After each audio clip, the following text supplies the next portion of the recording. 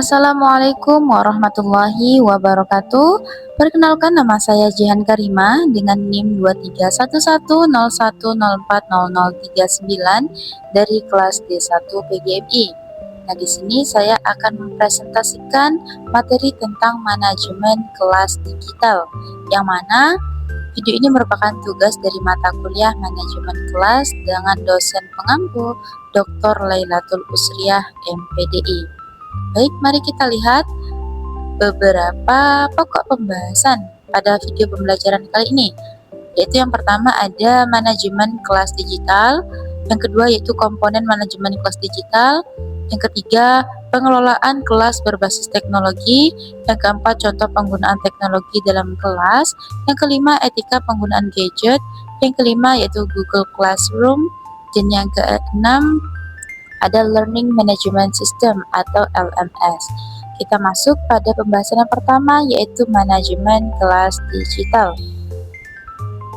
Nah, manajemen kelas digital ini merupakan pembelajaran yang melalui digital, yaitu pembelajaran ini dapat berlangsung yang lebih fleksibel, di mana pembelajaran ini akan memberikan kelebihan, yaitu dapat memberikan pembelajaran yang lebih interaktif dan juga efisien, yang mana teknologi juga dapat membantu pendidik dalam mengorganisasi materi pembelajaran, baik itu dalam memberi tugas serta memantau perkembangan belajar peserta didik. Yang kedua yaitu ada komponen manajemen kelas digital. Nah, ada beberapa komponen dalam manajemen kelas digital. Yang pertama yaitu pengelolaan kelas berbasis teknologi. Nah, biasanya pengelolaan kelas di sini dapat menggunakan platform seperti Google Classroom, Google Meet, atau Zoom Meeting. Yang kedua yaitu etika penggunaan gadget. Nah, etika di sini dalam artian kita bisa mengetahui batasan-batasan dalam penggunaan gadget, baik itu dalam bersosial media maupun penggunaan platform-platform untuk pembelajaran secara digital. Yang ketiga yaitu penggunaan platform pembelajaran digital. Seperti yang sudah disampaikan sebelumnya, kita dapat menggunakan platform seperti Google Meet, Google Classroom, Zoom Meeting, dan lain sebagainya. Yang keempat yaitu pemanfaatan LMS. Selanjutnya yaitu ada pengelolaan kelas berbasis digital, yang dimana dapat memanfaatkan perangkat digital dalam pembelajaran, seperti menggunakan Canva untuk menampilkan presentasi dan lain sebagainya, sehingga pada pembelajaran digital ini masih dapat meningkatkan keaktifan siswa. Tinggal kita sebagai seorang pendidik bagaimana menggunakan perangkat digital untuk mendukung dalam penyampaian materi pembelajaran. Yang kedua yaitu menggunakan media pembelajaran digital, bisa menggunakan video YouTube, menggunakan Google Sheet, dan media pembelajaran lainnya. Yang ketiga, mengelola tugas dan materi secara online. Nah, biasanya untuk pemantauan tugas itu bisa menggunakan Google Form atau Kahoot berbasis kuis, bisa seperti itu. Dan yang keempat, meningkatkan interaksi dalam pembelajaran. Nah, interaksi dalam pembelajaran digital ini itu tergantung bagaimana guru dalam mengelola kelas. Misal pada pembelajaran Zoom Meeting atau Google Meet itu guru bisa memberikan sesi seperti bertahap antara kelompok satu dengan kelompok yang lain pada saat proses presentasi. Jadi adanya interaksi tetapi juga tetap tertata bagaimana proses pembelajaran tersebut berlangsung. Yang keempat yaitu ada contoh penggunaan teknologi dalam kelas. Nah, ada beberapa contoh penggunaan teknologi. Yang pertama itu ada presentasi digital. Biasanya ini menggunakan Gamma, menggunakan Canva, menggunakan PowerPoint untuk mendukung presentasi digital. Yang kedua, video pembelajaran. Video pembelajaran ini yang umum digunakan yaitu menggunakan video YouTube. Yang ketiga yaitu ada kuis interaktif. Nah, kuis ini bisa menggunakan Kahoot, bisa menggunakan Google Form, bisa menggunakan Google Sheet dan lain sebagainya. Yang keempat yaitu ada pengumpulan tugas secara online. Nah, tugas secara online ini ada banyak macamnya. Bisa menggunakan Google Drive, bisa menggunakan Google Form, juga bisa menggunakan platform-platform lainnya yang mendukung pengisian dokumen, pengisian secara online oleh peserta didik. Selanjutnya yaitu ada etika penggunaan gadget. Nah, gadget digunakan itu untuk kegiatan belajar. Jadi tetap ada arahan, tetap ada pantauan, baik itu dari pendidik maupun dari orang tua di rumah.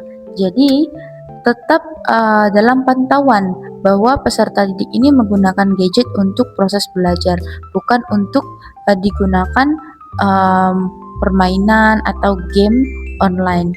Yang kedua, tidak membuka media sosial pada saat pembelajaran. Nah, pada usia anak sekolah dasar itu mereka mudah sekali terdistraksi atau terganggu fokus pembelajarannya. Jadi, diusahakan sebelum sebelum pembelajaran dimulai itu dibuat kesepakatan tentang peraturan penggunaan gadget. Jadi, yang melanggar peraturan nantinya akan diberikan punishment atau diberikan nasihat agar tidak mengulangi kesalahan, yang dimana proses pembelajaran ini mereka benar-benar fokus untuk belajar menggunakan gadget. Yang ketiga itu menghormati privasi orang lain. Jadi kita harus menghargai batasan-batasan tentang privasi atau sesuatu hal yang harus dijaga, tidak boleh kita umbar, tidak boleh kita ganggu. Nah, itu kita harus menghargai orang lain. Kalau kita bisa menghargai orang lain, maka orang lain juga akan menghargai kita. Yang keempat itu menggunakan teknologi secara bijak. Nah, ini dalam artian banyak sekali teknologi, banyak sekali platform yang ada, platform digital yang bisa meningkatkan kemampuan dan juga potensi yang dimiliki, tergantung bagaimana kita memanfaatkannya dengan baik. Selanjutnya yaitu ada Google Classroom. Nah, Google Classroom ini merupakan platform pembelajaran daring atau pembelajaran secara online, yang dimana banyak sekali fitur di dalam Google Classroom ini. Salah satunya yaitu bisa membagikan materi dan juga tugas. Yang ketiga yaitu memudahkan komunikasi pendidik dan juga peserta didik. Jadi dibuat Classroom ini seperti ruang kelas, hanya saja bentuknya itu online. Yang keempat yaitu mengelola penilaian. Jadi di Google Classroom ini terdapat tempat untuk pengumpulan tugas, tempat untuk guru untuk mengupload materi. Jadi di sana walaupun secara online, peserta didik dapat belajar secara mandiri di rumah. Yang terakhir yaitu ada Learning Management System atau LMS. Nah, LMS ini merupakan sistem pengelolaan pembelajaran secara digital, yang dimana di dalam LMS ini memuat beberapa materi, tugas, dan juga penilaian.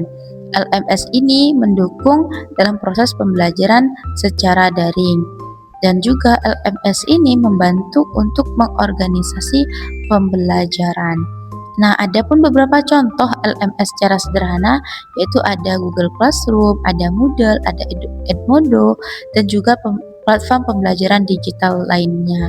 Jadi, di era digital saat ini itu kita bisa memanfaatkannya untuk pendidikan, kita bisa memanfaatkannya untuk mengerjakan tugas, kita bisa menggunakannya dalam mencari referensi materi dan lain sebagainya.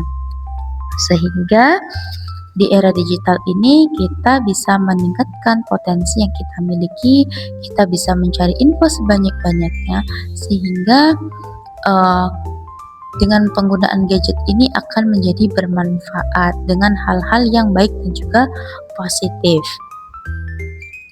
Nah, untuk pembelajaran hari ini mungkin dicukupkan sampai di sini. Mari kita akan lanjutkan pembelajaran pada pertemuan selanjutnya. Semoga bermanfaat. Wassalamualaikum warahmatullahi wabarakatuh.